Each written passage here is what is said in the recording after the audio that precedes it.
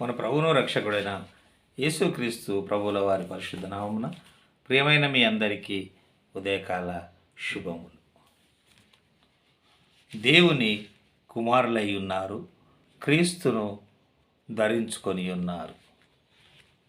అపోస్తులైన పౌలు గలతీయులకు రాసిన పత్రిక 3వ అధ్యాయము 26-27 వచనంలో ఈ విధంగా వ్రాశారు.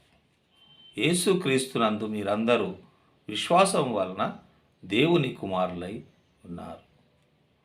అవును, యేసుక్రీస్తునందు విశ్వాసం ఉంచడమే మరి దేవుని కుమారులై ఉండుటకు మరి సాధ్యం.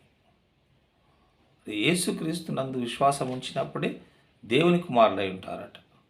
దేవుని కుమారులై ఉండాలంటే ఏం చేయాలి? మరి తన కుమారుడైన యేసుక్రీస్తునందు మనం విశ్వాసం ఉంచేవారిగా ఉండాలి.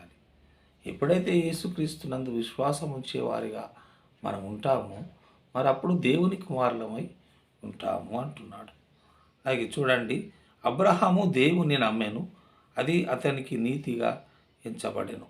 అవును, అబ్రహాము దేవుని సంపూర్ణంగా నమ్మాడు. దేవుని యొక్క వాగ్దానం కొరకు ఆయన ఎదురు చూశాడు.